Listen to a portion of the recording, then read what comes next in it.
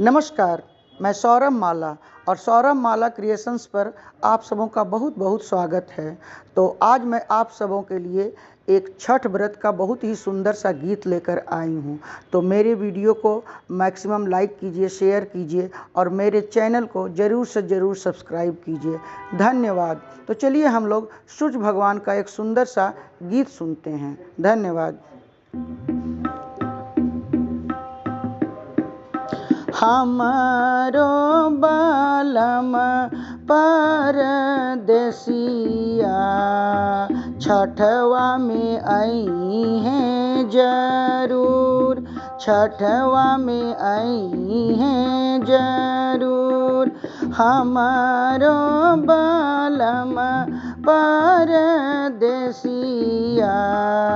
छठवा में आई हैं जरूर, छठवा में आई हैं जरूर।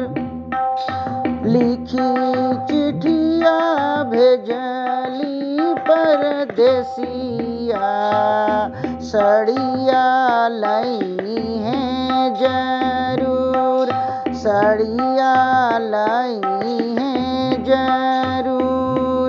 लिखी चिट्ठिया भेजली परदेसिया चूड़िया लाई हैं जरूर, चूड़िया लाई हैं जरूर।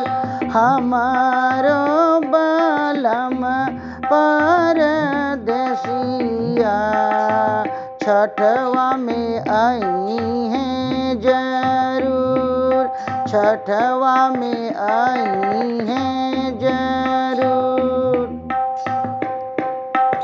अखरे दाऊर गेहुआ धोअब औरो अरवा चाउर, औरो अरवा चाउर। घटवा के दुबिया छिलैबो चंदन दिहबो लिपाय, चंदन दिहबो लिपाय। घटवा मनोहर सजैबो चली छठी अर्घ दियाय, चली छठी अर्घ दियाय। हमारो बालम परदेसिया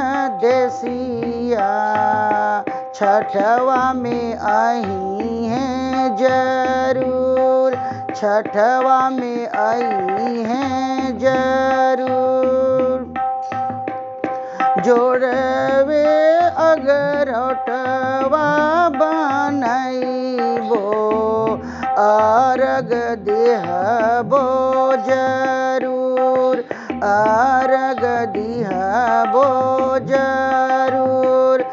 फलवे गौधवे चढ़ैबो अर्घ दिहबो जरूर, अर्घ दिहबो जरूर। हमारो बालम परदेसिया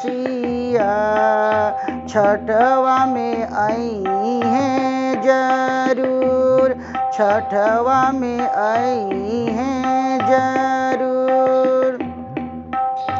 करब कृपा सूरज देवा सब पर अर्घ देहबो जरूर। करी कृपा आदित्य देव सब पर छठवा करबो जरूर, छठवा करबो जरूर। हमारो बालम परदेसिया छठवा में आई हैं जरूर, छठवा में आई हैं जरूर।